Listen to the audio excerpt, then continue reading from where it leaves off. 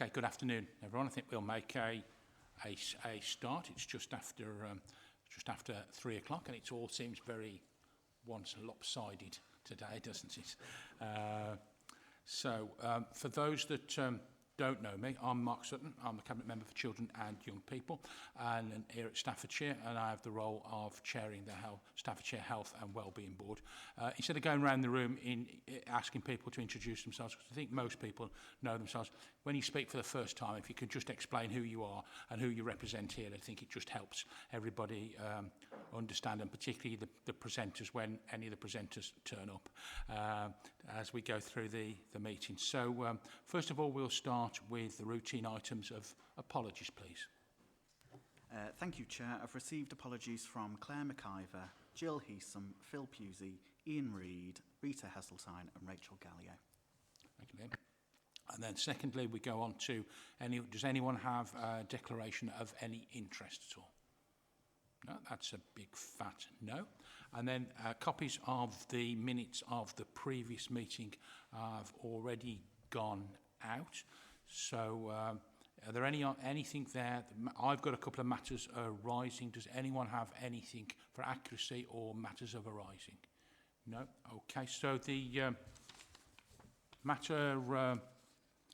arising that I did want to mention was to do with the item that we had on the agenda last month, which is the last time is update on the joint disability and neurodiversity strategy. We've received a little bit of information from Nicola Day, who, if you recall, came along and presented.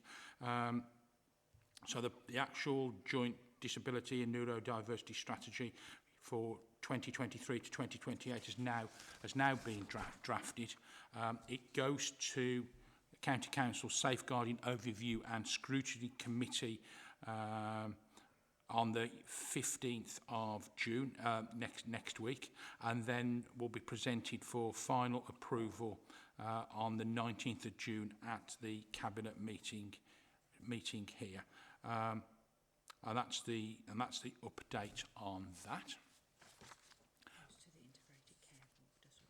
And yes, and it also, yeah, as Vice Chairman just pointed out, it also goes to the Integrated Care Board as well for their perusal and hopefully approval. Questions from the public? I don't think we've got any, have we? No, thank you, Liam. In which case, then, we can move on to item 2, which is the Better Health Staffordshire update. And I'm just trying to drag this out a little bit, otherwise, until Tony turns up.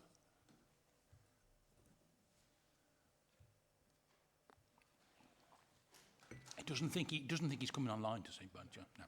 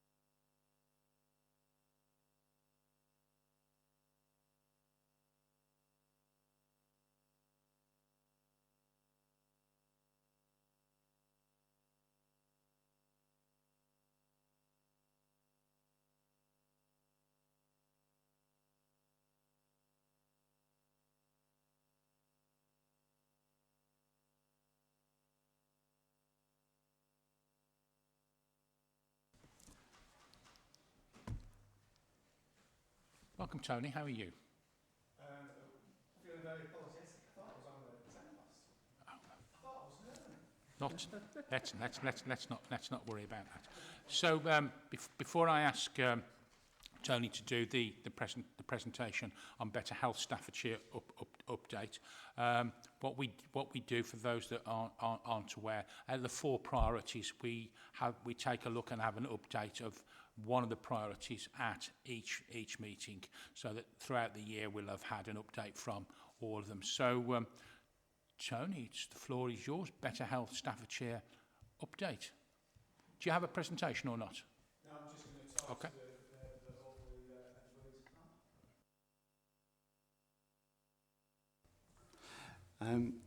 Apologies for being late, and thanks for everyone who helped to prepare the paper. And Tim, I think you're the sponsor, aren't you, for the Health and Wellbeing Board, who's helped to review what we've done. So Better Health Staffordshire, for those who aren't aware, is the brand name effectively that we've given to the obesity work that we're doing, our healthy weight work. It's essentially a 2-part programme, a short-term and a long-term. We recognise that there's no quick fix answers to obesity. I think as everyone's probably aware, and doesn't need me to go into detail, obesity rates for young people and children are going up nationally and locally. And it's a complex issue with no straightforward answers. So Better Health Staffordshire is trying to set the foundation for a long-term approach, not dissimilar to what we've seen with smoking cessation over the last 30 years. I think, as probably most people are aware, about half of adults smoked in the 80s. Prevalence rates now are around sort of 12-13%. That huge change that was probably seemed unimaginable 40 years ago was achieved through lots of different interventions, changes in legislation, changes in service provision, and cultural changes, the changes to packets and advertising, and a whole range of different things. I think we're embarking on something similar with obesity. And so Better Health Staffordshire is about setting up that foundation of creating partnerships. No one organisation's got all the answers to this. Lots of organisations can benefit from people losing weight. So obviously it's not just about what people eat, but exercise, which is obviously good for people's physical health, mental health, increases productivity rates in employment and education, can reduce crime, antisocial behaviour, drug and alcohol use. There's a whole range of benefits to lots of partners, and every partner's got a role to play. So the basis of Better Health Staffordshire is developing the partnerships in each of the districts and boroughs. To do it once across Staffordshire, we think would have been far too big a geography and wouldn't reflect the nuance and the assets and the opportunities that are available in each of the 8 districts and boroughs. So it's a fairly sizable task. The other element to it is the short-term quick wins.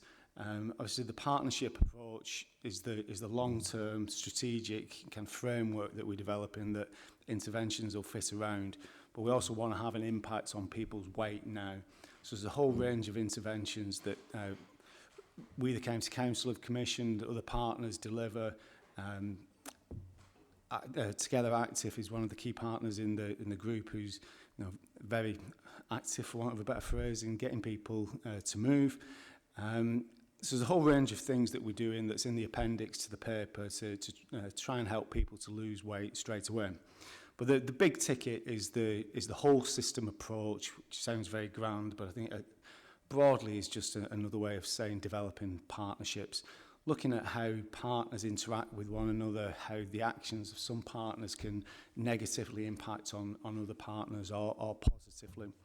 So we trialled 3 areas, East Staffordshire, Staffordshire Moorlands and Cannock District Council, using the evidence-based methodology that Public Health England produced. And certainly in 2 of the 3 areas, we've got partnerships up and running and action plans happening. In Cannock, we're nearly there. Some of the challenges with this, for one thing, it's difficult to get partnerships going, as I think as we all know. There are already partners who are delivering activities, and there's some really good work, as we know, in Cannock, through Cannock Chase Can, that people may be aware of. There's an app and a whole range of activities that they've produced.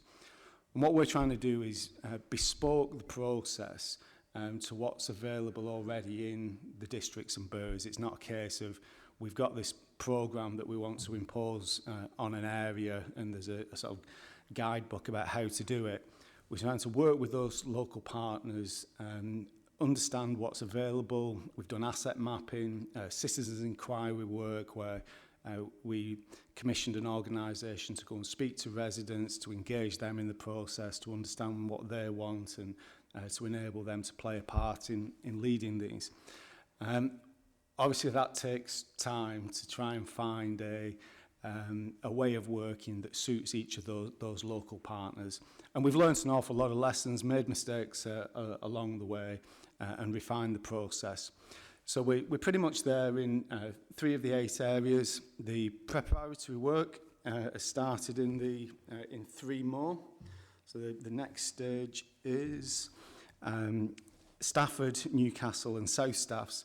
The team's not, the people who wrote the paper, Chris and Rochelle, are not with us today because they're actually delivering some of the sessions in South Staffordshire to bring partners together. We've got lots of products, data, mapping and the evidence-based things that helps to give partners an understanding of how they can work together and the opportunities that this can bring.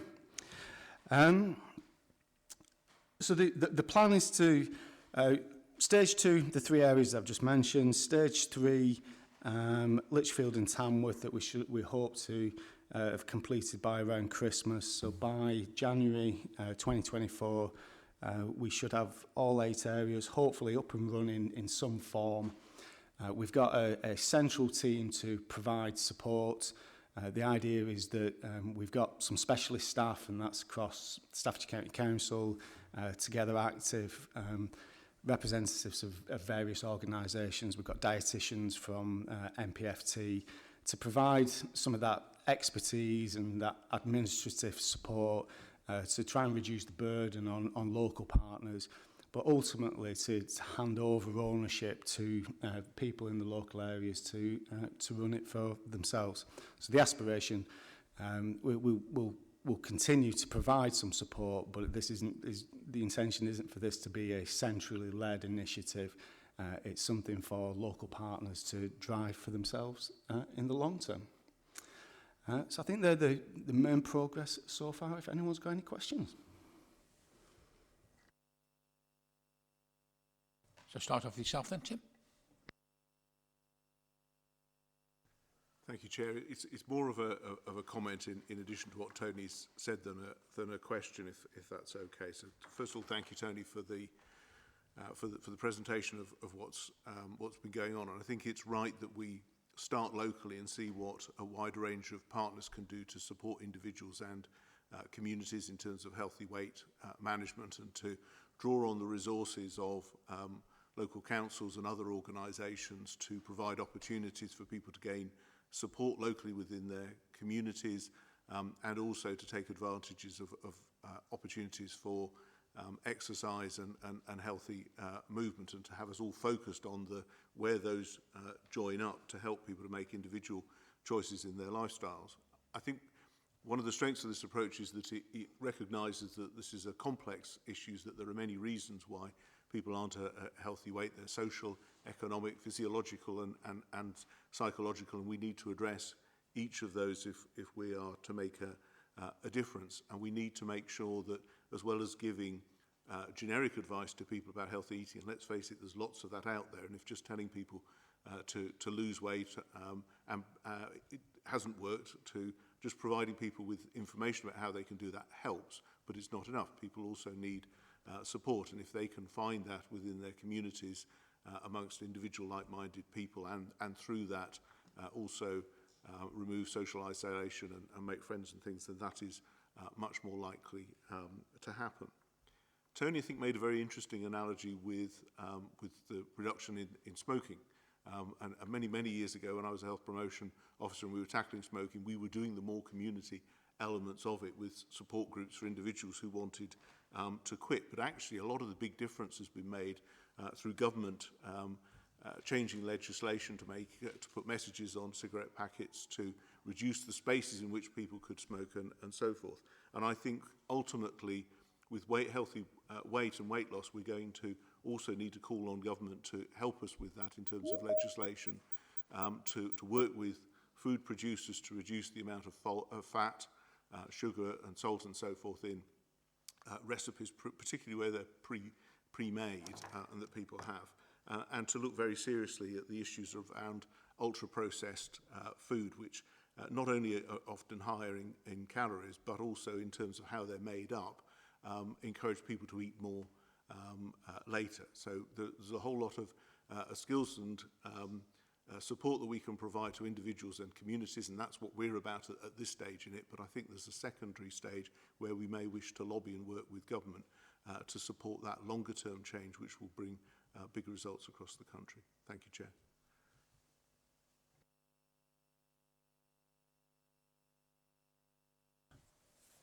Well, in the absence of any other questions, I'll make a couple of comments. Tony, thank you very much for the presentation. And I think the fact that we are doing it district by district, and boroughs as well, getting the districts and boroughs involved in this, because this is, you know, very much something I think is in that place, isn't it? And they can have an awful lot to offer in relation to how that this this plan ultimately carries on. So I specifically wanted not to ask about that, but ask about whether we are doing this yet, or whether we are thinking about, and that's the links with the 0 to 19, the school nurses and education in general, and whether as part of it that those sort of individual, are we trying to target particular areas, or we're going to look at individuals? I'm thinking about referrals that might come through GPs or other parts of the health service and that type of thing. I mean, that might not be now, that might be later on, but I was just interested in that sort of thing, Tony. Yeah, thanks, Mark. It's an all-age plan, and it was actually initiated by the Children's and Young People's team. So I'm here kind of representing it, but we jumped on their bandwagon really. So Karen Coker's team set this up. So we've got partners that represent both adults and the young people's agenda. At the moment, the services that we've got certainly target those areas that need it most. You know, it's relatively straightforward to target services that we pay for, and we know where the high prevalence areas are, and we can incentivise work in those areas. The partnership work is less straightforward in that sense. I think we're very much reliant on the kind of energy, enthusiasm of local people. And I think naturally most of those initiatives tend to be in the areas that need them most. So we've got a little bit less control, for want of a better phrase, over how some of those initiatives work. But I think we can adapt that with the things that we do have control over. One of the things that we commission through public health, both adult and young people, is the weight management services. And they're very much targeted in those LSOAs that have got the highest levels of need. So there is an element of targeting. And I think we'd want to encourage that, whilst at the same time being led by some of the energy that we have in the community. It's probably worth mentioning as well that a lot of the programmes that we're doing across public health are starting to meet in the same sort of thematic and geographic space to some extent. You know, I think 10 years ago, if we'd come and explain what we were doing in public health, it would be very much about services, contract management, targets, those sorts of initiatives. We've moved much more away from that now, as most people probably know about the Supportive Communities Initiative, but we're also doing a lot about mental well-being. That's very much about partnerships, complex needs, ICON that we were talking about in this room a few days ago, integrated co-caring needs. Most of the work that we're doing now is alongside partners at a district and borough level. And I think what we're trying to do is identify opportunities where they can come together. So we've had some discussions around green spaces. You know, encouraging green spaces is good for encouraging people to exercise, it's good for people's mental well-being, it's good for developing a sense of community cohesion. So I think we're increasingly trying to find ideas that can have multiple outcomes. But again, I think some of the lessons that we've learned from the past, if we try and impose those sorts of things, they're less likely to flourish. And I think hopefully music to Gary's ears that you know, we need to try and work and draw on the energy that's in the community. If there are organisations that are doing things, particularly in those targeted areas, you know, I think we've got some resources, staff, and there's bits of funding that go with this that we can help local people with an energy to do something to flourish. And I think that's the way forward, particularly, as I say, in those thematic and geographic spaces where the different agendas collide. Sorry, I've gone off piste a little bit there to promote the wider public health programme, but hopefully that answered your question. Just, if you knock your mic off. Julia? Thank you very much for that, Tony. And obviously, trying to change behaviours, we recognise, takes an awful long time. You know, it's a consistent message across the piece, as it were. And it's good to hear that you're targeting perhaps the areas that need it. And I totally agree with devolving it to districts, to district levels, to communities, because I think that way it becomes embedded and it has a far longer lasting impact than imposed from above. I just wonder, within your process, how we can ensure that all the districts and boroughs take up that opportunity to influence and work with us and work with their communities on this. I think all partnership working is a challenge, and I think we're trying to be mindful that this isn't a county council initiative. The central working team that we've got, it's got representatives of MPFT, ourselves, Together Active, each of the districts and boroughs that are involved in the pilot stages. So we're trying to encourage that partnership from the very start, that the design of this is produced by partners. We've taken one area at a time effectively to try and understand, build relationships in the area, try and understand what people's motivations and interests are. But I don't think it's not without challenge. Trying to get something off the ground 8 times, which is one of the key challenges we've got in a 2-tier authority, isn't it? It's very difficult to do this. Partners are keen to do it. It's not always straightforward because of you know, a whole range of issues that we often have in the partnership arena. But I don't envisage there being a problem long term. The 3 areas have been enthusiastic and have been supportive of this. We're very nearly there in those, and the 3 areas that we're moving into are supportive as well. So I don't want to pretend it's the easiest process, but I don't anticipate there being any difficulties in the long term. That was quite a politician's answer, wasn't it, for an officer? Thank you very much for that, Tony. Any further questions? Okay, in that case, the board is asked to note the progress made on the Better Health Staffordshire programme, so that goes without saying, and we're also asked to continue to encourage each of our individual organisations to carry on and support the programme, which I'm sure we all do. So, Tony, thank you very much for your attendance today. Many thanks. Which brings us on to the next item, for which we will be joined online by Chris Bird. And this item is the ICS Joint Forward Plan. So at the last meeting, we noted the Joint Forward Plan guidance at a high level. And so this afternoon we get a more detailed presentation, and we are being asked to consider and comment on this and to endorse a written letter from the Health and Wellbeing Board of Support. So welcome Chris, over to yourself. Okay, thank you. So I can't see the room. I don't necessarily. Ah, there we go. Look at that, as if by magic. Thank you very much. I think Liam has asked if I share my screen, which I'm happy to do. So just bear with me while I do that. That probably means I lose visibility of yourselves, but I've only got a handful of slides. So Chair, you're quite right. This is the ICB Integrated Care Board Joint Forward Plan. And I think colleagues shared the, as you say, a kind of high-level summary previously. What we've shared is both a short presentation, which I'll take you through just to introduce a little bit more. We've also shared now, I think, version 3 or 4 of the actual joint forward plan itself. That currently stretches to about 100 pages, and I'll explain a little bit why that is as we go through.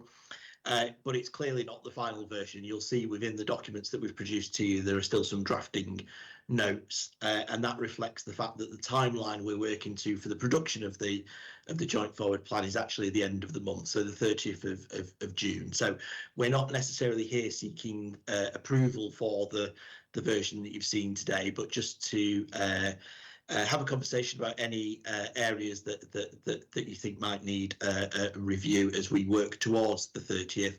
And then, yes, in between times, if we could work on a supporting statement, that'd be wonderful. So hopefully you can see my screen.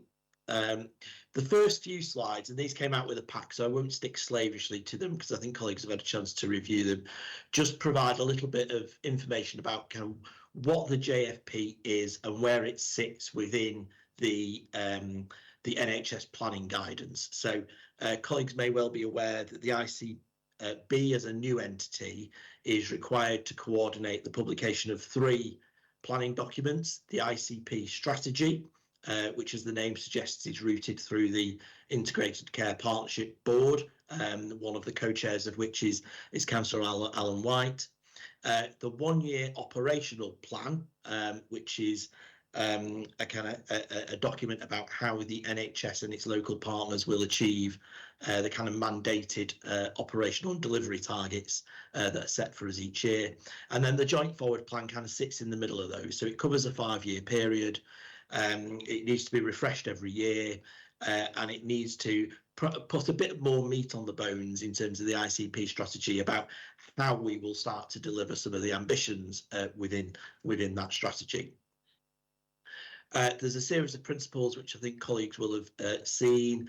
It's the last but one of those which is probably the key test to us, which is that as a minimum, we need the JFP to describe how the ICB and its partner trusts, so for our system, that's North Staffordshire Combined Healthcare,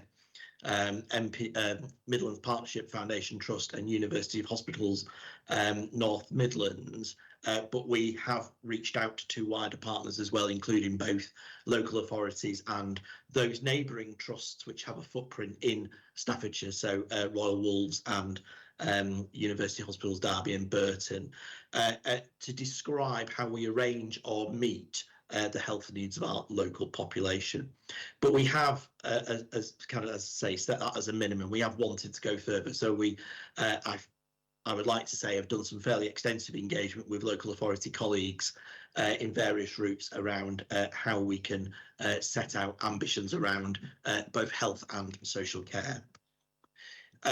Detail here about what the joint forward plan is. I won't necessarily go through it in detail, other than to say in preparing and revising JFPs, there is a statutory requirement on the ICB to involve the health and wellbeing boards in the area of the integrated care system. So that's both Staffordshire and Stoke-on-Trent.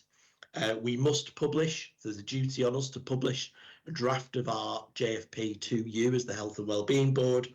The Health and Wellbeing Board is expected in the guidance to share its opinion back to us, and we must include that opinion within the final version of the JFP. And as I say, we're building over the next couple of weeks to be able to do that. I'm just going to move my screen around a little. So what's in it, as I say, it's 100 pages, which is obviously quite an extensive document.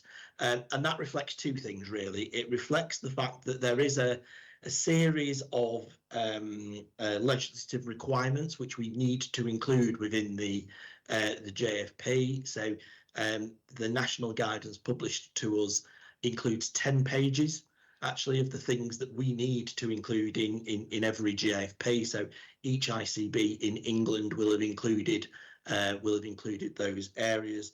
So that's things like workforce and finance and performance, but also how we'll deliver particular duties around things like climate change or diversity, say, for example. So there's a kind of bare minimum that we need to include, which obviously brings a degree of weight to the page numbers.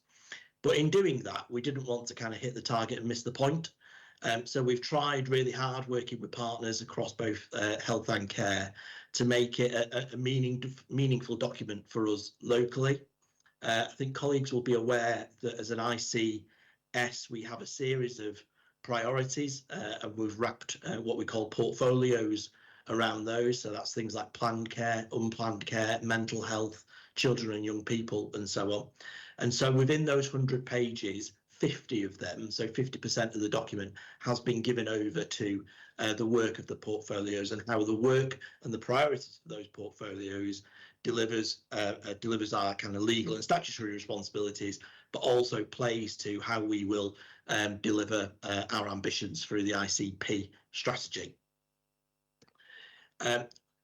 This is just a short slide just to say that in developing that content, we have sought to bring a degree of coherence to it, so that whilst the content may be different, it's structured in a kind of logical way that runs through kind of what our commitment is, why it's important, what we're going to do, and how we will know we're making a difference. Just bear with me one tick. Stakeholders in involvement. So there is, again, a responsibility on the ICB to engage with stakeholders beyond the statutory requirement to engage with colleagues at the Health and Wellbeing Board. And we've done that through various different ways, including 3 webinars, including one that was public facing. We've also engaged with the ICB patient council to seek the wider views of not just partners and stakeholders who will obviously have a vested interest in the plan, but equally with kind of wider patient and public participation. And we've also included engagement with voluntary and community sector. And indeed, actually, in response to that, we've included in the latest drafts a series of case studies, which we think probably better illustrate the changes that we're trying to make in bringing this JFP to life. This is probably quite an important slide for you as a Health and Wellbeing Board, I would suggest, because it's a schematic of how we've tried to align the health and wellbeing strategy priorities of both Stoke-on-Trent City Council and Staffordshire County Council through the ICP strategy and its priorities and into the work programmes of the portfolios. And then, as I say, within the JFP, about 50% of its content is given over to the work of those portfolios and how, in progressing those work programmes, we deliver both the ICP strategies, but also contribute towards the health and wellbeing strategy priorities. A lot of the content, if people have read the JFP, will not be new. Actually, it draws its inspiration from, unfortunately, the fact that we have some sustained health inequalities in parts of our patch, from the NHS long-term plan, which is some years old now, and it also draws its inspiration from providers' own multi-year plan. So a lot of the challenges that we articulate within the JFP, I think, will be reasonably well known to colleagues. What we've tried to show as being different is the approach in responding to those, rooted in prevention, rooted in early intervention, rooted in collaboration and integration across both the NHS, but in particular with local authority colleagues. We've there just suggested some draft language that the Health and Wellbeing Board may want to consider in terms of sharing their opinion back with us. It is, of course, entirely up to the Health and Wellbeing Board in the language that they want to choose. And then last but not least, just to confirm the timelines that we're working to. So obviously here today in Staffordshire, the document will go to the ICB board next week. We will be seeking, delegated approval to the Chief Exec and the Chair of the ICB board for any further amends through to the end of June, and then at the end of June we will need to publish the final document. It is perhaps just worth saying as a final note that at various stages along the way we have had feedback from NHS England. They're ultimately the arbiters of whether our JFP meets the legislative requirements that we've been asked to be mindful of. That feedback has generally been positive. There are some areas where they wanted a bit more weight of emphasis brought to, and we've responded to that in the latest version. But perhaps, as I say, just worth saying that there is a kind of oversight and regulatory element to the JFP, which again will be confirmed in the last 2 weeks. So I'll stop sharing my screen, and I think I shall appear on screen for you locally, and happy to take questions and comments. Okay, Chris, thank you for that. I'll see what questions that members might have, and I'm sure Julia will have some, because I saw her busy scribing. After Julia, yourself, Gary. That's very kind, thank you. Hi Chris, Gary Jones from Support Staffordshire. We've had quite an extensive ongoing dialogue about VCS in sort of how that's reflected in the plan, and particularly some of the portfolio, so I won't go back over that here. It's kind of, I think, constructive, positive, ongoing dialogue. My question relates to a different element actually, which is you made reference to the fact that the 2 provider trusts in the south, the 2 acute trusts, are not directly listed in the plan. Is that an NHS England requirement that they can only be listed in one plan? Because, and I'll just say why I think it's a bit problematic. There's already a perception in the south of the county that the south does less well as compared to the north in terms of NHS investment, and the absence of what they will recognise as their hospitals only serves to reinforce that message. I mean, I don't know that the general public is likely to probably read this plan, but even for the professionals that do, when you read that page in the plan, it looks like it's about 2 of them which are very much the north, and people probably don't necessarily associate NPFT with any particular geography, but it's a bit glaringly obvious that their hospitals, Cannock, Lichfield, Tamworth, Burton, appear to not be given the same status in the plan. Thank you. Yeah, so Chair, I can only see Gary on screen, so I don't know if you're inviting me in to respond to that bit, but more than happy to do so. So hi, Gary, didn't realise you were in the room when I was talking about the VCSE aspect, but great that you are. So yes, it's exactly that. So from a NHS England planning perspective, they effectively force fit a one-to-one relationship between trusts and ICS areas. So from an NHS England perspective, the Royal Wolverhampton Trust is considered to be part of the Black Country ICS, and UHDB, University Hospitals Derby Burton, considered to be part of the Derby and Derbyshire ICS. That said, you're quite right, and I think I said as we went through that we had made efforts to make sure that the voice of those partners was represented. We're acutely aware, pardon the pun, that Cannock Chase Hospital, Burton, Queen's and Lichfield, Samuel Johnson and Robert Peeler are essentially run by trusts that are headquartered in other ICBs, but nonetheless serve the patient population of Staffordshire and Stoke-on-Trent. So I think we have made strides to include that. I'm happy to have a conversation of if there's a bit more, as I say, kind of weight of emphasis that we might need to bring to that. Gary, did you want to come back on that at all? I think it's just that, what you said really, it's that emphasis, isn't it? If you haven't got time to read the whole 100-page document, you tend to kind of skip through and look at diagrams, and there's a diagram there that shows the other 3 and doesn't show those. So I don't know if there's a way that you can reflect them in that diagram on page 9 a bit more explicitly. I think it might be helpful. Yeah. Okay. Julia? Good afternoon, Chris. I don't know whether you can see me. Hi. See Yes, you. I can see you. Yeah. Hello. Obviously, I think the aims and objectives of this plan you can't argue with. It is a 5-year strategy, and in terms of some of the technologies available to us in 5 years' time, not sure what that will be. But there are a couple of issues. One is on page 57. It's page 79 on our set of documents. It refers to there will be an annual increase in workforce numbers, and it goes into more GPs, general practice nurses, etc., etc. And a lot of the plan is based on the assumption that that human resource with those skills and those numbers will be available. Now, the NHS has fallen over a little bit on this before, because with the changing demographics of our population, we've got certainly increasing demand because of a lot more older people as a proportion of the population, and a lesser proportion of younger working age people coming forward.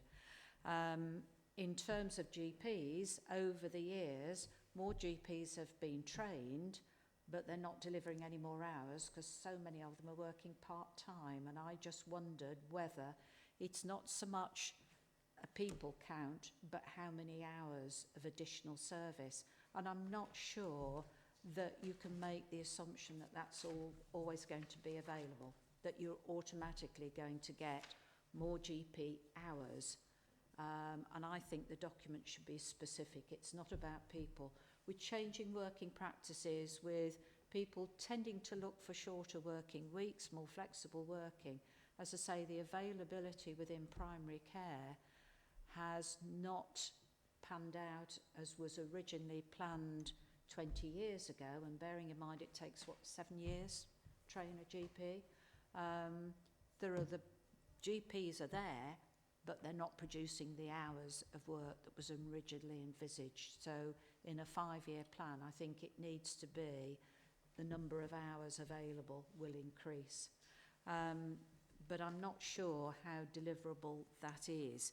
And linked with that, there's many references in the document to digital. And a lot of it, I think, is reference really to having access to information online consultations. So it's more that online link, whereas actually digital is a lot more. And I would have perhaps liked to have seen a little bit more in terms of emphasis on using assistive technology and reference to AI, very much in the forefront at the moment.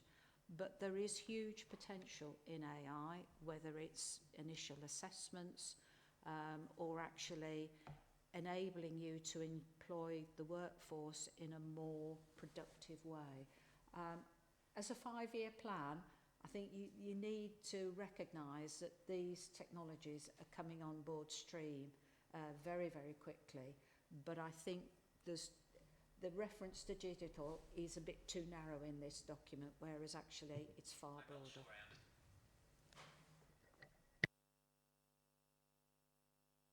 Chris, did you get all that? I did, yes. So thank you, Councillor. And I mean, I think we take those comments on the chin. Actually, I think they're well made and well put. So I think we do need to, as I say, we do need to slightly bear in mind that there is a kind of oversight and regulatory element to this that's run through NHS England, and the established metric for measuring GPs is usually whole-time equivalents or its appointments. And we actually, I think we're due at scrutiny on Monday, actually, with your colleagues, and we have got some data there that will show that the level of appointments delivered through primary care is both in excess of the annual plan that we had for 22-23 and for 19-20, which is the last kind of comparable year, bearing in mind the pandemic in between times. But nonetheless, I take the point. So I've got experience of integrating mental health services with primary care and moving to that kind of salaried model. And there was a kind of change in the dynamic of the workforce arrangements as part of that. So I understand the point that you're making. And as I say, we need to balance out that regulatory and oversight element with it being a meaningful document for us locally. So we'll certainly take both that and the comments around online versus digital away and try and reflect that in the further iterations between now and the end of June.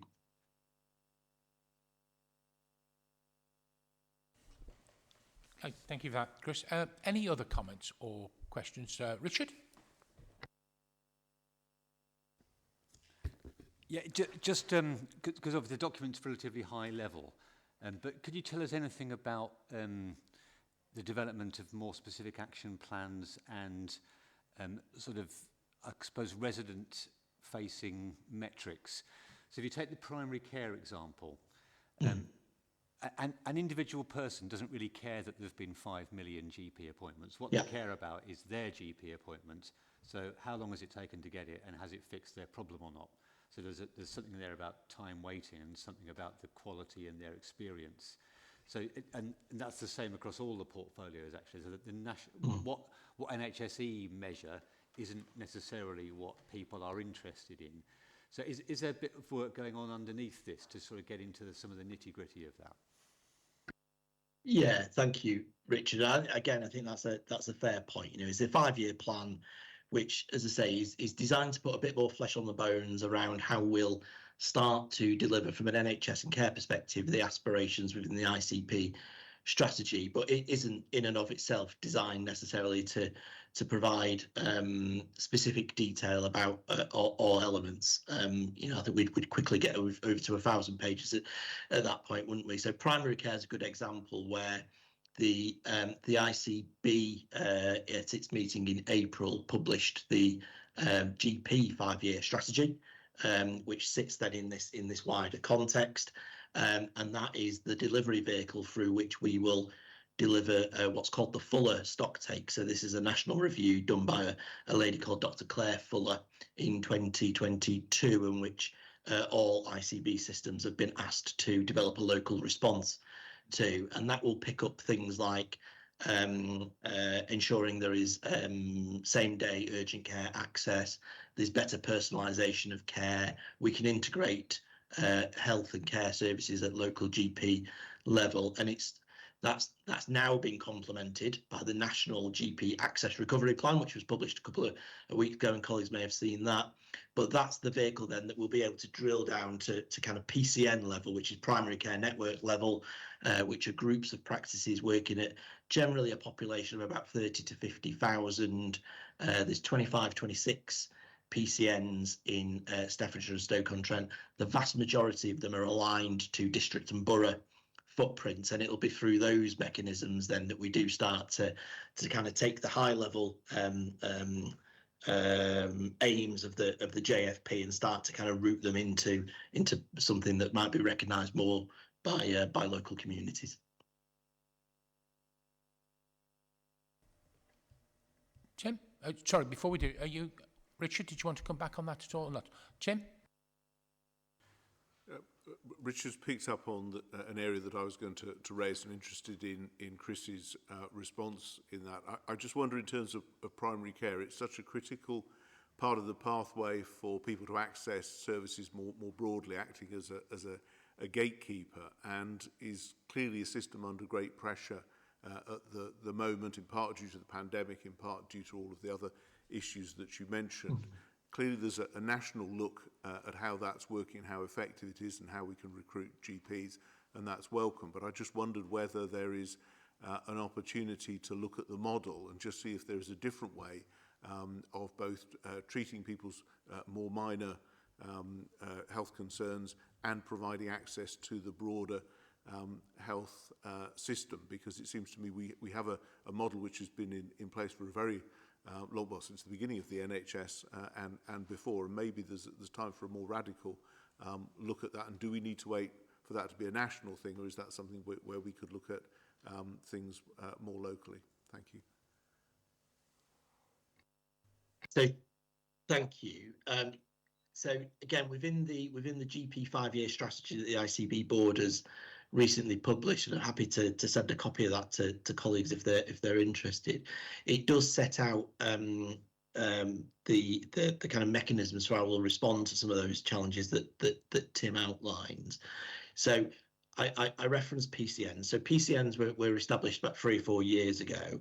At the same time, and it's grown over time, but at the same time, there was a number of posts to augment the PCNs, which were called Additional Role Reimbursement Scheme, or ARRS. The NHS loves an acronym.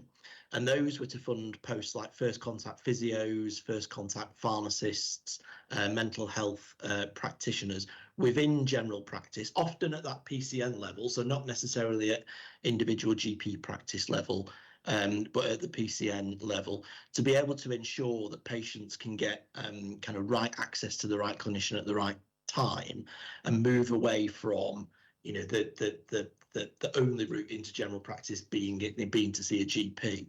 So we've done a lot of that work. At the same time, there have been other developments. So in order to promote access, there are some services now that we can do at home. So remote blood pressure monitoring, for example. We've also been working with pharmacies to refer patients from general practice into pharmacies. We're the highest referrer into the community pharmacy scheme in the West Midlands, as it happens, and that's another feature of the National Access Recovery Plan. And then there are a series of actions within that national plan that local systems need to respond to. And I think that the one that will probably gather most attention is around changes to digital telephony within general practice, because that is the mechanism by which we'll move away from what I call the 8 a.m. scrum. So that really frustrating experience that I know many people have of trying to contact the GP practice first thing in the morning. And we are required to, as a local NHS, have statements back to NHS England about not only how we will respond to that, but the progress we're making. So again, I think that'll go some way to do that. And we have now been able to establish analysis at kind of individual GP practice level that we can slice and dice in different ways, whether that's through PCNs or districts and boroughs, for example, so that we can see that whilst the headline measures may be really good in terms of the number of GP appointments, we know that masks a degree of variation, and some of that variation is concentrated in 1 or 2 areas, and there's more work we need to do with the practices to understand and unpick that. Jim, carry on. Thank you. I just thank you for the response. I can absolutely see the attraction in using pharmacists for some procedures and so forth. I think we need to just be a little careful with that to make sure there aren't unintended consequences whereby if somebody went and had a service from the practice nurse at one point and now goes to the pharmacist but then finds themselves paying for it, we need to just make sure that that doesn't discourage people from getting the treatment that they need. And just one comment, if I may, Chair, just in general, welcome the commitment to working in partnership with people and communities. And I think it would just be interesting to see how as this unravels or rolls out, I should say, how wide that consultation and involvement becomes in terms of the services people receive. Thank you. Thank you for that, Jim. Any further points or questions at all? Okay, so there doesn't appear to. So, Chris, thank you for that presentation. So the board is asked a number of things. Note the process and progress made to develop the joint forward plan since the last Health and Wellbeing board meeting in March of this year.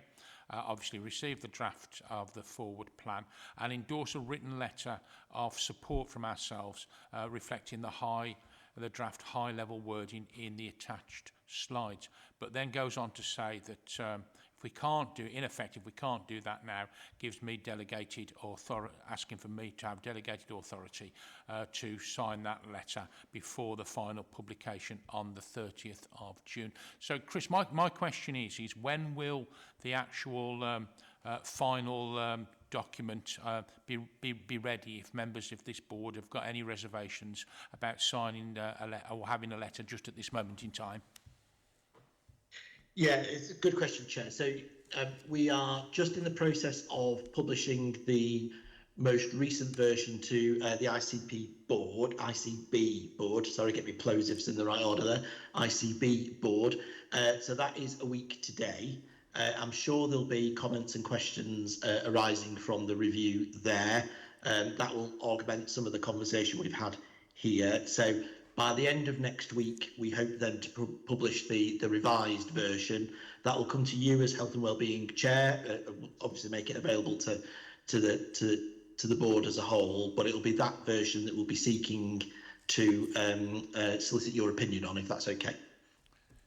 Yeah, understand that. I wondered if the points that we've raised today round the board, which of those people, which of those that members of the board would see as something that they would essentially like to see in that final plan, if there was anything in particular.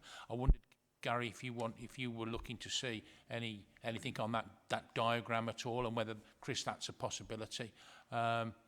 Or are we happy when we get that to circulate it, and if there are, unless there are any major things, that we would endorse it? Chris, is there anything that you've picked up from today's meeting that you feel that you're going to be in a position to be able to have included? So I think there's certainly something about, as I say, I think we have taken some strides to make sure that we've reflected the fact that we've got two major trust headquarters outside of Staffordshire that have an impact in Staffordshire. So I'll need to reflect on that, I think. And then I think Councillor Jessel's point about the workforce and the perhaps overly narrow definition of digital is something that we'll want to take away and reflect on as well.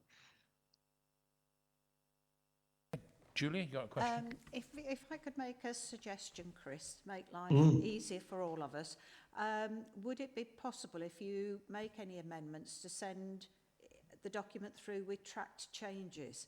I don't recommend this for bedtime reading a second time round, but if we could have a document with tracked changes, then we can make a decision if it can be circulated to the Health and Wellbeing Board. We could feed back to the chairman that we're happy with the changes, and then it will make it a quicker process for you, bearing in mind you're up against a fairly tight deadline.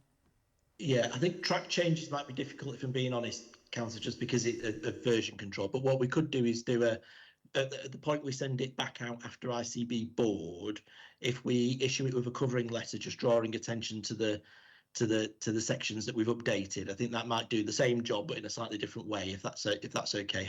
It just helps us retain version control. Yep, I think that would be helpful to everybody. Yep.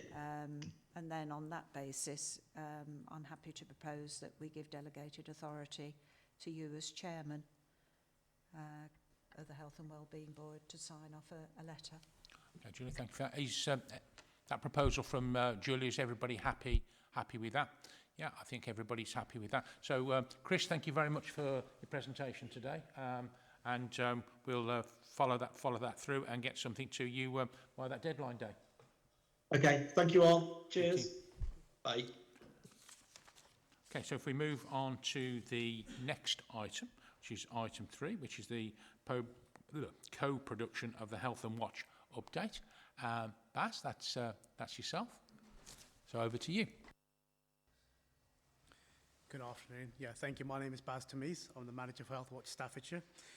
Today I'll be giving an update on our Year 1 progress to reflect, and it's reflected in our annual report, which is currently on our website. It's also reflected in the report submitted, which I'll take as read. I will be going through some slides to pick up the key highlights.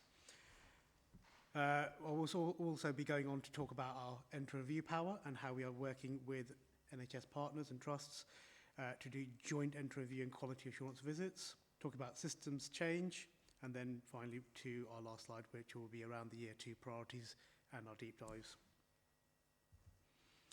Healthwatch is your health and social care champion. As an independent body, which is statutorily required across England, we have the power to make sure that those making the decisions listen to your feedback and improve standards of care. It's really important that you share your experiences, whether good or bad, happy or sad. We use your feedback to better understand the challenges facing the NHS and other care providers, to make sure your experiences improve health and social care services for everyone. We can also help you to get good quality information, advice and guidance, signposting and appropriate services.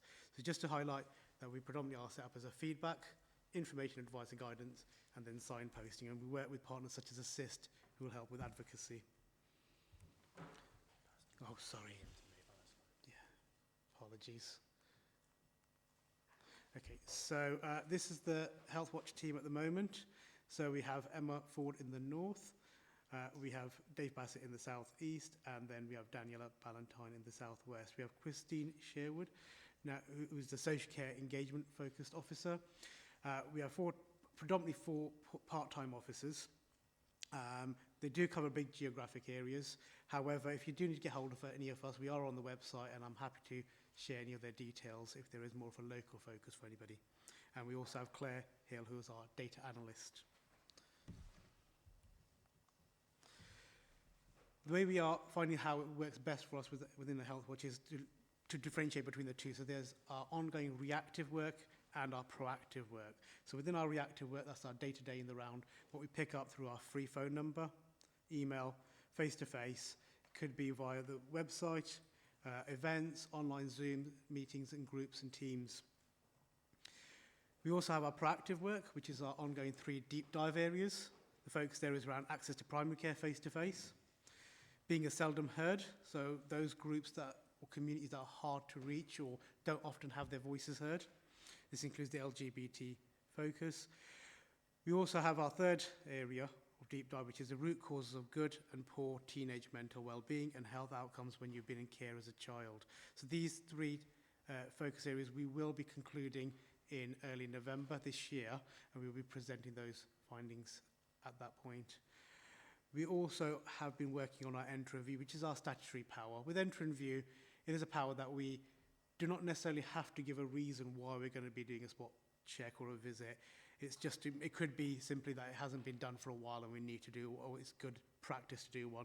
Or it could be based on feedback, and now we've further progressed that to work jointly with the quality teams within MPFT and UHDB to ensure that we are doing that independent inspection as well, which is also helping us to get into those areas that otherwise could be more difficult, and I will explain a little bit more about that as we go on.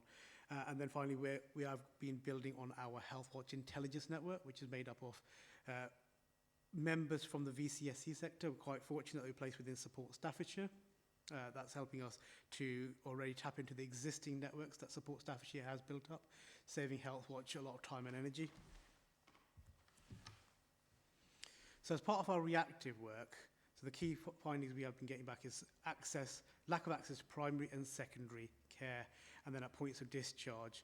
What I would like to just highlight as being the critical friend here as well is just to say that when people do access into those services, the treatment generally is very positive. 90% of the feedback is people saying that that was very good or fantastic. So the issues seem to be around the access points. What we do find is that people do still complain, saying that they will ring up, they will get put into a queue on the automated machine at 8 o'clock in the morning. As we know, it could be 50th in the queue just to get to the end to be told there are no appointments that day and to start over again tomorrow. Now, we have been working with our partners within the ICS, and we have been looking at the 111 number to help offer that better information, advice and guidance. We have been looking at the digital aspect, but we do recognise that there are some people that will be digitally excluded. We know with farmers, they have mentioned that they don't often get reception in their areas, or they have no access to the internet, for example. We also have been tapping in with the pharmacies, and I know that's been mentioned a little bit earlier on. So far, an example I will give on that is we did have a lady ring in about who's a carer for her child who was really struggling to get an appointment and medication for her child. The engagement officers then did look up the GP practice to find that there was a pharmacy attached to it, and the pharmacy was able to then dispense the medication. And that was then taken back to the carers group, and the carers group found that as a good practice, and that's really helped them with their anxiety and not feeling too distressed when making those calls. So it's just looking at picking up what other ways there are to getting those needs met for people that otherwise would struggle to get the access into primary or secondary care. We have mostly been hearing negative feedback about NHS dentistry appointments. I know there is some work ongoing about that. I'm sure there's going to be some stuff brought up about that with the scrutiny committee next week. I know, having spoken to Tracy Shewan, there will be some highlights on that. People often have complained saying that they have to, travel hours to get an appointment, or they have to take off, a day off work just to make those appointments. Other people say they just can't get any appointments, and they are struggling with that. We did receive over 70 pieces of feedback and patient experience, which we then cascaded back to Health Watch England, who did do a campaign on this, and they also talked to other local health watches, over 30 collectively. I think they collected around or just over 700 pieces of information and experiences, which they took back to Parliamentary Committee on Dentistry as part of the final session on the inquiry into dentistry. So we're waiting for that feedback to come back and the recommendations. Other issues that we are facing as well is around cost of living. There was a campaign done by Health Watch England on this. Some of the things, the people most affected by this were those that were being means tested, or those with disability benefits. They really did struggle with the cost of transport, especially, and those in rural areas. We do recognise, and we have spoken to our partners within the ICS about how we can act a little bit sooner when it comes to the preparation for the next winter, as there will be those pressures coming again. So that is a discussion that are taking place. We still have concerns around and hearing concerns around long A&E waiting times in ambulances. We have been talking again within the various trusts about how the initial call handler with 999 can offer different advice, maybe if especially they're being told not to move somebody that's, let's just say, fallen over on the floor and there's a cold surface. Is there any better advice that can be offered rather than leaving there for an ambulance to come? That can sometimes take quite a lot of hours to get there, which can then lead to other complications. There is the NHS ongoing strikes that is further impacting operations and delaying processes there. And then finally, with the delays in hospital discharges, we are still finding that this is an area where, especially with frailty, I know there's a lot of work, and we are picking this up, being done about prevention. That's really welcomed, to help people, to help themselves. However, we know that also there are more and more people now getting frailer and that are ending up in hospital. We have been doing some work around how social care can also support to plug the gap on and help the process of discharge being faster. But there is also concerns around how quick medicines are being dispensed within the hospitals. As part of our proactive work, we have been working with Staffordshire County Council, especially around the care homes. We've done some surveys and interviews across the different districts and care homes, and asking the question, what is important to residents in a care home? We found this joint work really productive. It helped us get some insights into key areas around those residents. Generally found those care homes to be very good. They did enjoy where they were staying. However, they would like to have more outdoor time, and they would have more around their religious affiliations, especially maybe going to a church or having a priest come in and see them in the care home. What was really good about this also is that the patient feedback is then being used to help with future care home contracts to reflect the patient voice in that, and the social care strategy in 2024. We will continue to work on our 3 deep dive areas, which we are aiming to publish, like I said before, in November. We will continue to build on our Health Watch Intelligence Network. Our joint entrant view and quality visits. This has come about after some meetings that we had with the quality teams within the various trusts. We talked about how we can have that more effective, especially within the NHS. What we found then was that if we did this and we still maintained our independence, so our report is still published independently, what we do is when we do these independent visits, We write up the report independently. We will make those recommendations. We will then pass that back to the trust to make either comment or remedy for them to have an opportunity.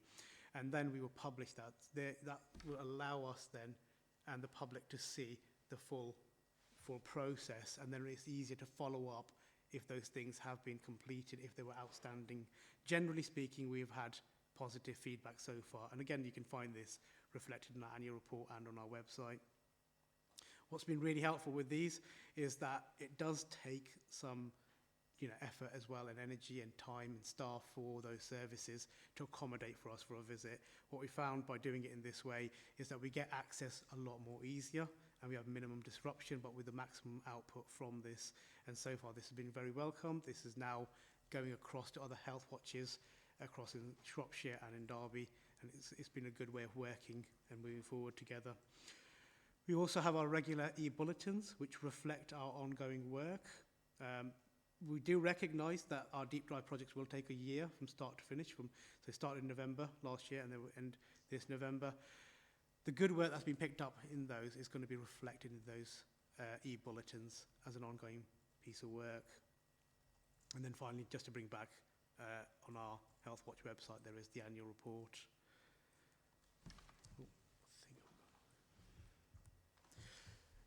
So again, we are going to continue to build on these joint entry and review visits, picking up with different hospitals and business centres.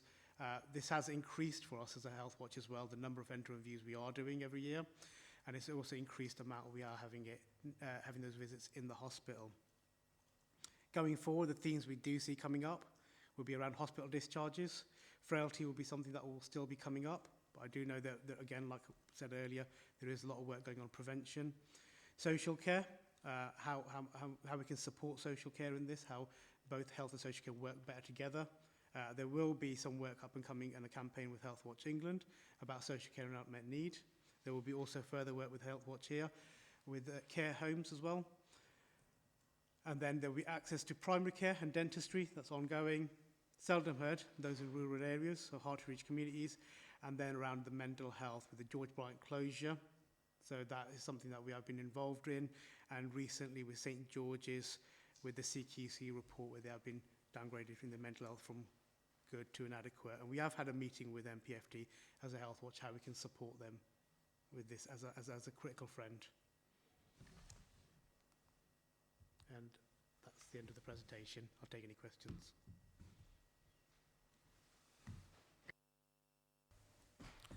Thank you very much for that. I was busy making a few notes. Questions, comments? But the ask of the board in this case is to consider and comment on the progress made during 22-23, and also consider and comment on the annual report, and we may wish to view on the progress made within it. So on that basis, do we have any questions, comments at all? Carmel. You need this, what you just there. Are you aware of the full service that the fire service have set up in December? So we've been commissioned for another year by the Integrated Care Board. So that initially was to cover the east of the county, so Tamworth, Lichfield and Burton-on-Trent. But because of the demand, we're covering the whole of the county now. So we're providing that service 7 days a week, from 8 o'clock in the morning till about 7 o'clock at night. So I just wanted to make sure that you were aware of that. We get the calls from the Care Coordination Centre that are passed through from West Midlands Ambulance, and we respond to what we call green calls, so non-injury calls, to try and stop those long lies that you referenced earlier, because the long lies are what are causing illnesses and further conditions with the patients. So I just wanted to make sure that you were aware of that. Yeah, thank you for that. I mean, we were aware that the fire service is doing more, but I think the detail is really welcomed.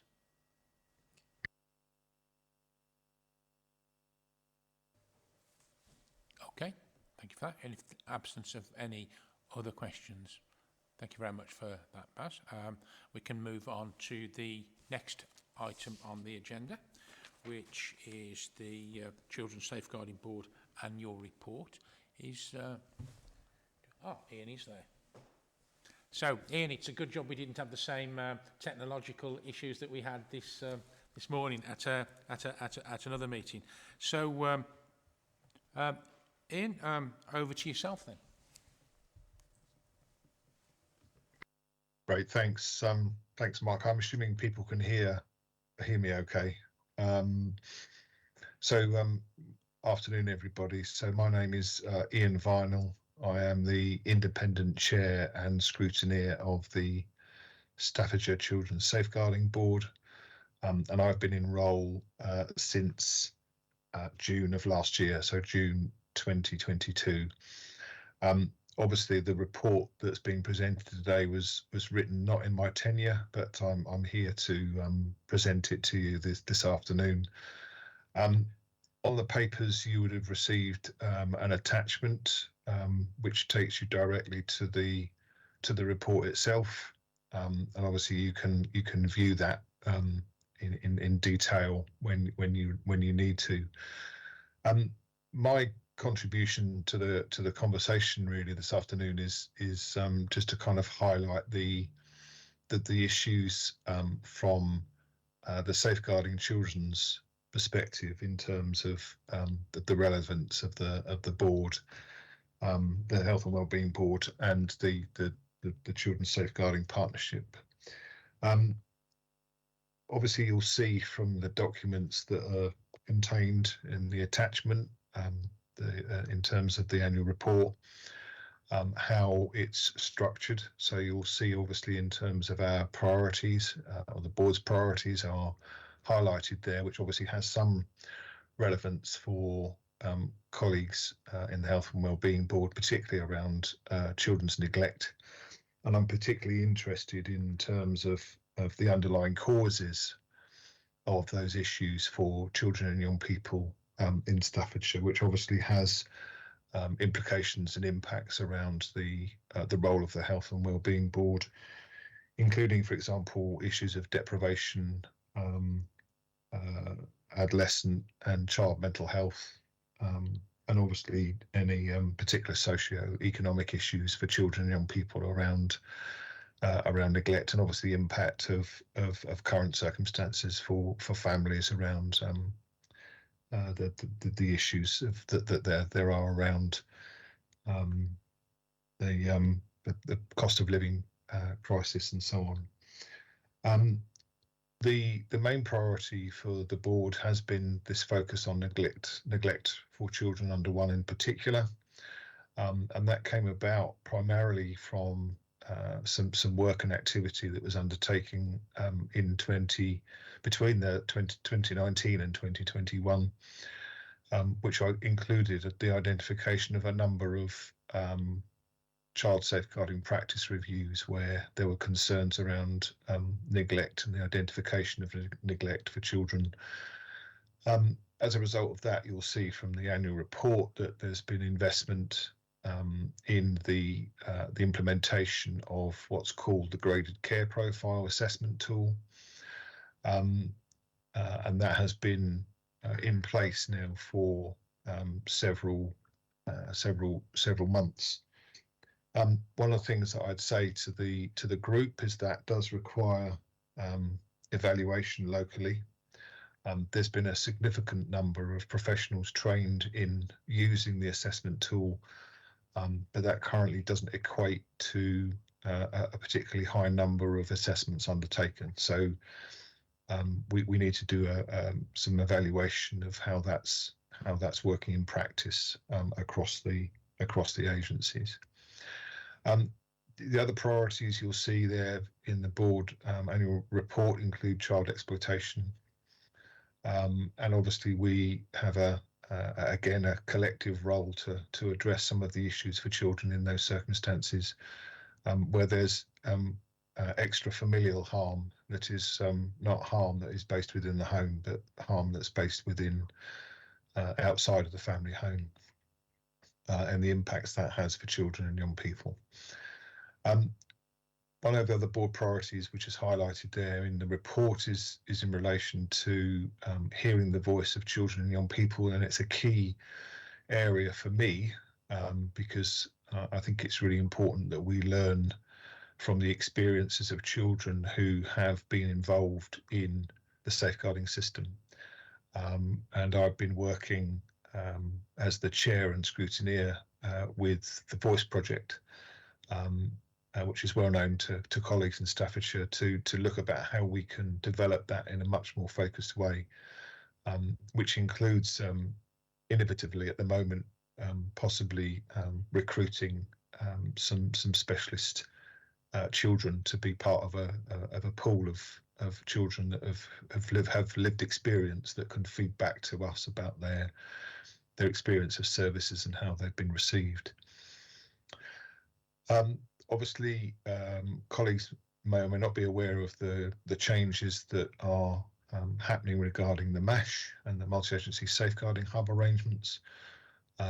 Obviously now they are separated from Stoke. Previously were a joint arrangement with Stoke, but now they are separate, and the board, the strategic partners need to ensure that those arrangements continue to be safe during these transition phases.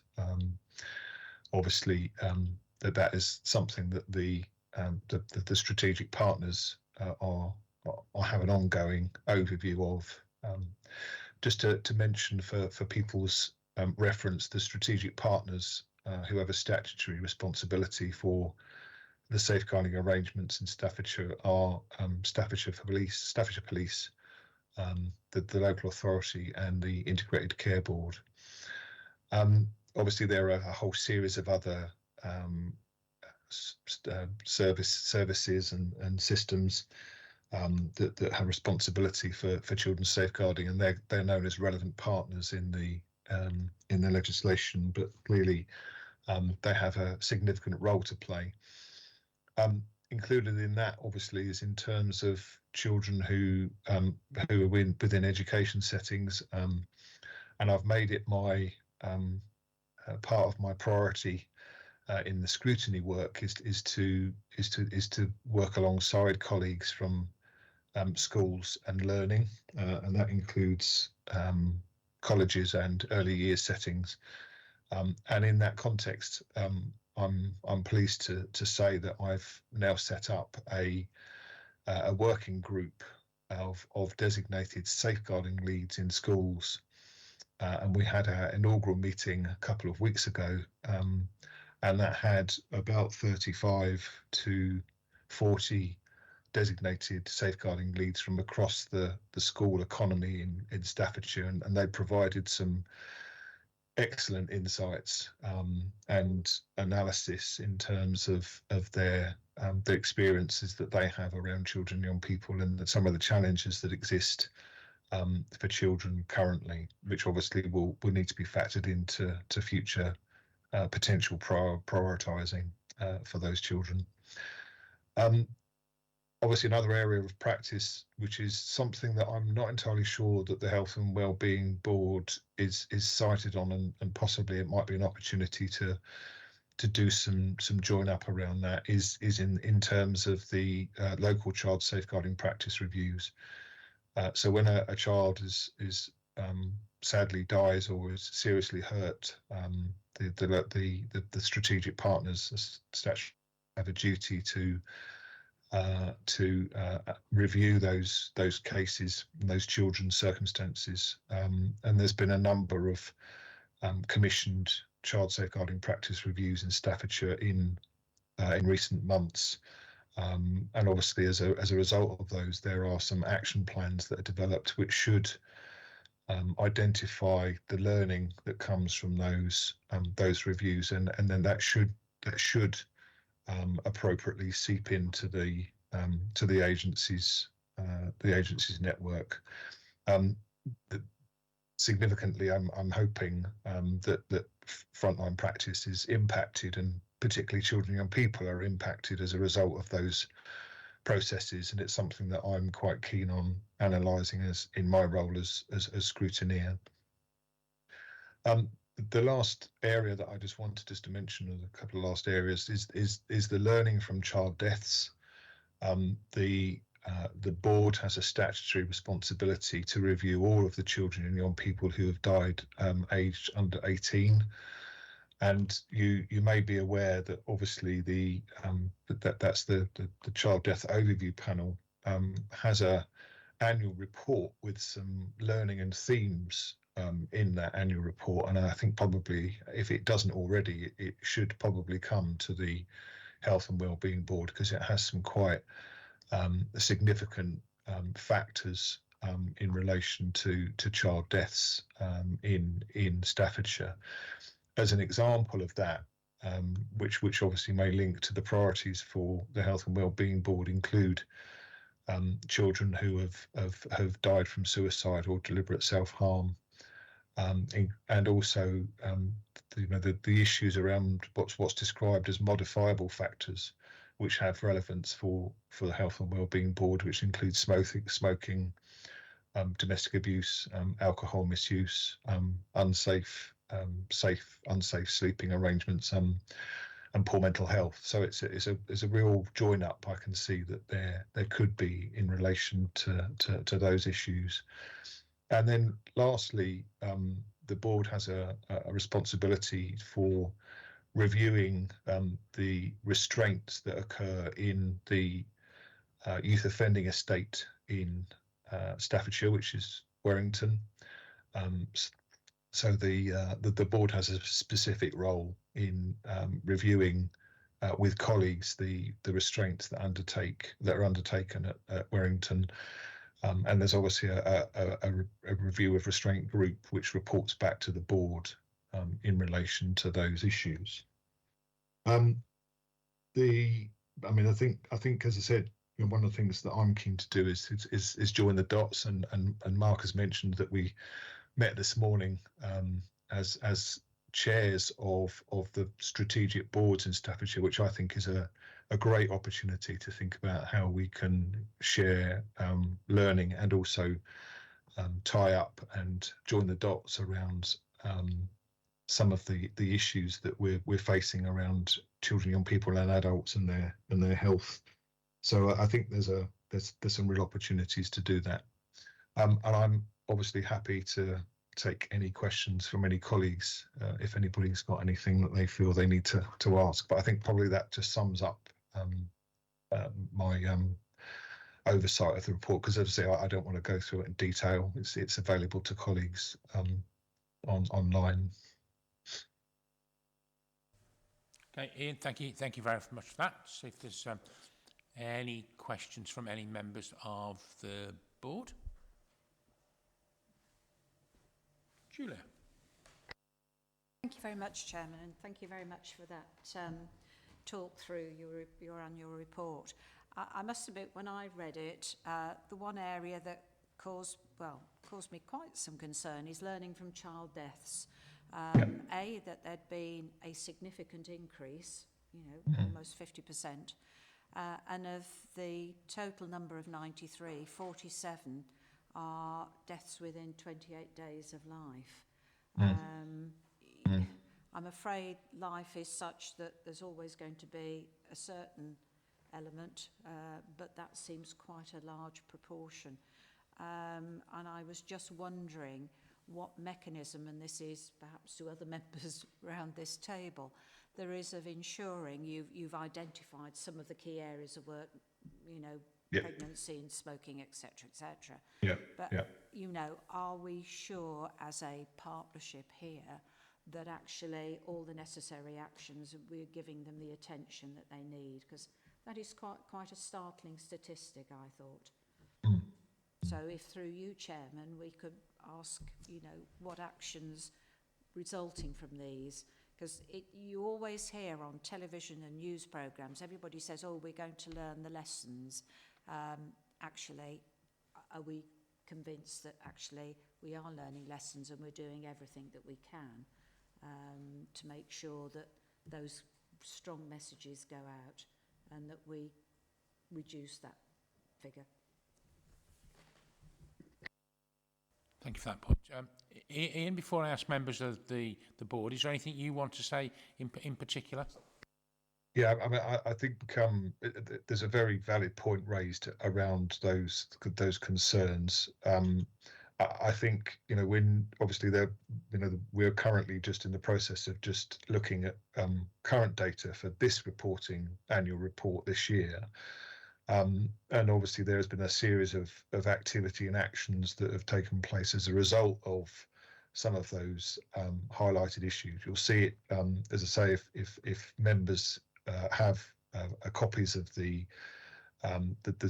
child death overview panel report, I think would be quite helpful for you to see what evidence there is there, what action and activities happen to address some of those issues. And some of those, as you know, and quite rightly know, are public health messages that need to go out to the public. So there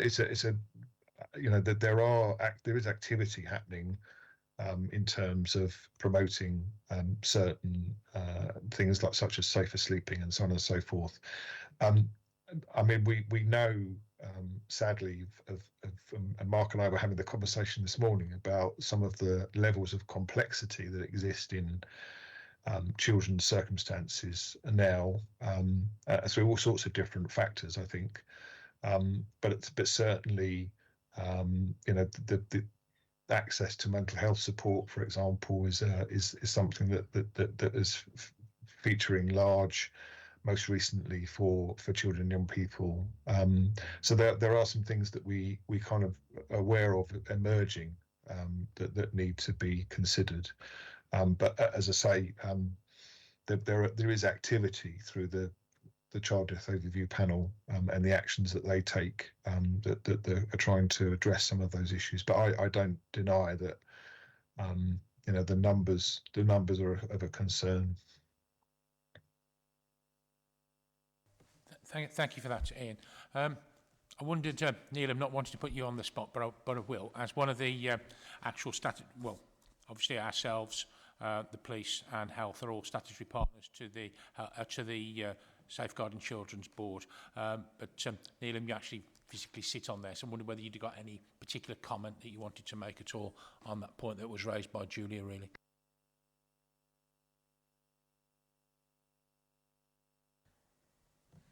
Yes, I mean, it is absolutely true, and we have discussed it at the board as to how come we don't seem to learn the lessons, because certain things, whether that's communication, sharing information, they seem to be consistent features in all the reviews that are published. And one of the methods we've really started using, or our reviewers have, that when they actually do the practice review, they meet with the practitioners who've been involved with the child, without the senior managers being there, to be able to really have that dialogue, to almost relive the case and see what happened, what were the salient points. And what we are then doing is building that feedback into a multi-agency training so that it does get embedded. But obviously what we do recognize and accept that some of the situations are very, very complex. Often it's the parents managing to hide the information, being very deceiving in their interactions, and we sometimes do lack that professional curiosity to look beyond the words. So it really is that constant work in progress, learning lessons and making sure that people do feel confident about sharing information and really talking to each other. But there are no quick fixes, because, we've seen from national reviews about Star, Hobson, Arthur, that there are difficult, complex situations that we are really constantly grappling with and trying to learn from.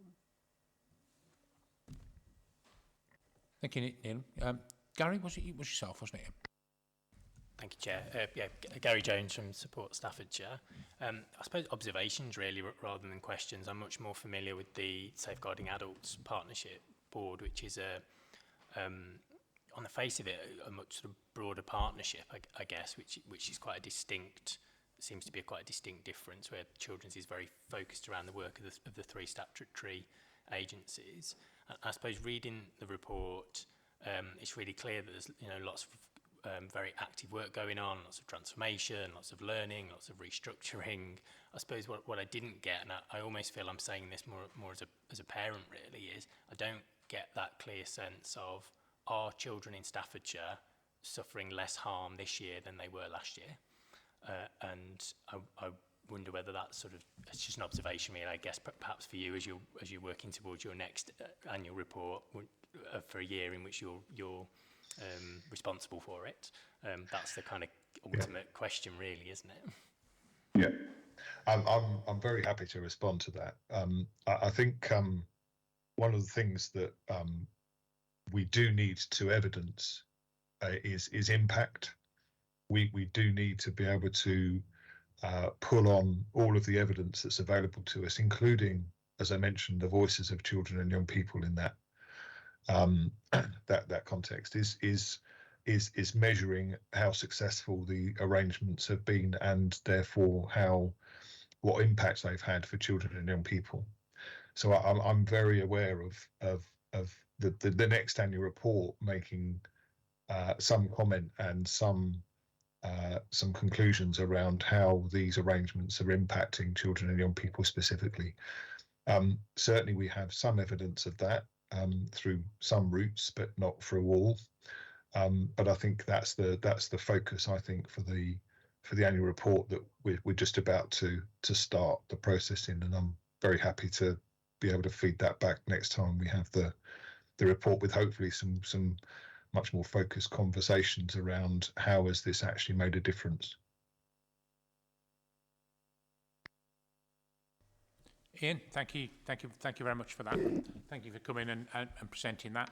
And the two recommendations that the board have been asked to do are to receive the report and to consider or comment on the progress that the board has made. And I think we've had opportunities to address those. So, Ian, thank you for your time this afternoon.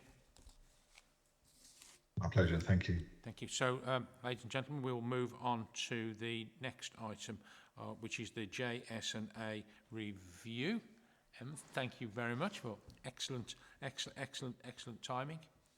Thank you. This is actually just a really short report, so I don't know, excuse me, if people are aware, we need to produce a JS&A. It's a statutory requirement for the organisation and health as well. I think the last time that one was produced at a sort of locality basis was quite a long time ago, so this is really to try and refresh this and really reshape it to be a bit more interactive, I suppose, than what we've had before. So what we're proposing to do is to have, like I've just said, a more interactive tool so that it's displayed when you log onto a website, and what you'll be able to do is choose sort of Staffordshire or look at different geographies, so maybe the districts and wards to begin with.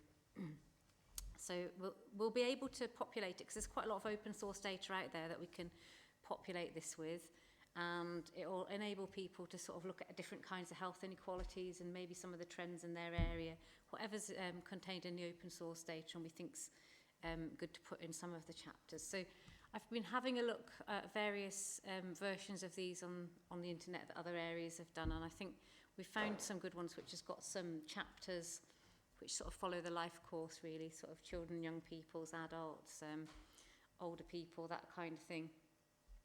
Different themes, sort of population, demographics, and then things like different inequalities as well. So we thought we'd start with that as a sort of basis, and then in the future we can do more to add our own data and own information to make it better over time. But I think we really need to get to a place where we start from that sort of basic stuff. I think from looking at what we've done in the past, a lot of it was actually populated by the kind of data that I've just described. So it's just really to make this, instead of having pages and pages of a PDF, which is difficult for people to read, something they can click on, and there's a a description at the side of what the data's saying, but there's actual charts and tables and stuff that people can pull out and use.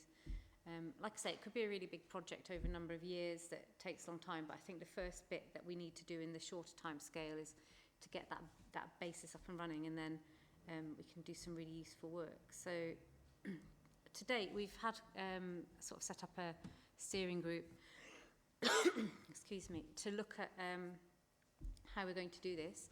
I think we'll probably have to look at doing this in combination with Stoke as well, because the ICB are our partner and it covers the two areas.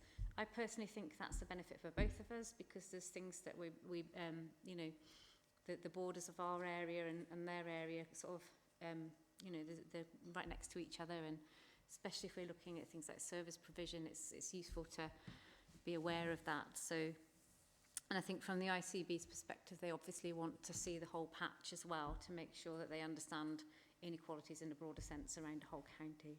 So we were aiming to get the sort of first bit of this ready at the end of December. We are currently looking to resource this. It's quite a complex piece of work, and so we're trying to get hopefully some resource in to set this up for us. What I am really keen to do, though, is make sure that whatever resource we get in, there is training and support for our staff and staff in the wider economy to be able to take this on and run with it, so we can develop it further going forward, because I don't think there's much point doing something if you're just having to get people in all the time, and obviously there's a cost involved in that as well. There'll probably be some cost in the licensing of actually having this product so that people can view it and see it. But I think it'd be really useful also for colleagues in the district, so you know, there's people be able to drill down and see what's going on at districts and maybe in some of the wards. And something I would like to develop in the future is maybe sort of sub-district geographies that aren't quite as small as wards, so they're a little bit more meaningful in terms of analysis and being able to do comparisons, because I'm aware that in Staffordshire with some of the populations that might not be possible across all areas.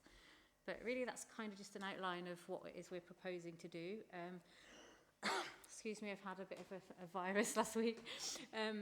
Yeah, so if anybody's got any questions about that, happy to take them. No, thank you very much for that. I think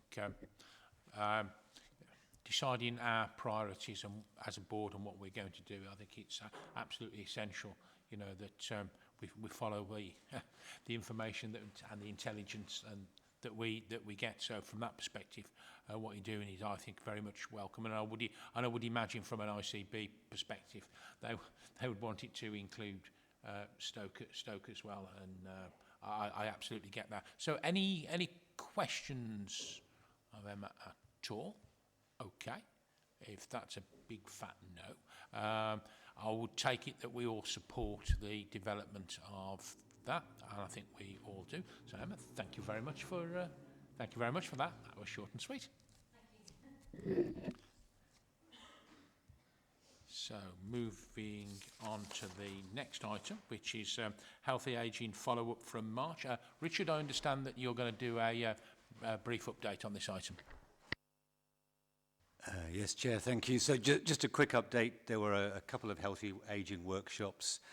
Thank you to NHS colleagues for chairing and leading those.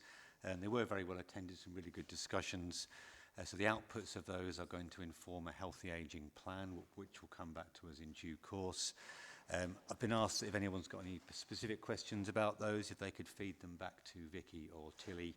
I'll do my best to take any today, but otherwise, if anything comes to you, feed it back to those two and we can include it in the plan. Thank you. Any points or any questions of Richard or to fit in? No?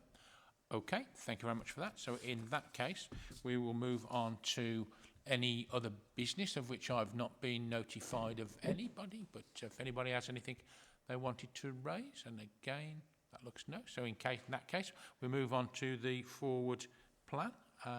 John. Yeah, the forward plan's on the agenda right at the end of the papers anyway, but just to remind people, the priority theme next time round is health in early life. So Karen, Coca and Natasha will be coming along to do that one, hopefully. We've also got Better Care Fund on the plan. Health Watch is on again, actually, so co-production. So And if necessary, we'll pick up JSNA if there's need for an update on that too. And potentially, if there's an update if there's actually a plan from the Healthy Ageing workshops, we'll bring that to the board as well.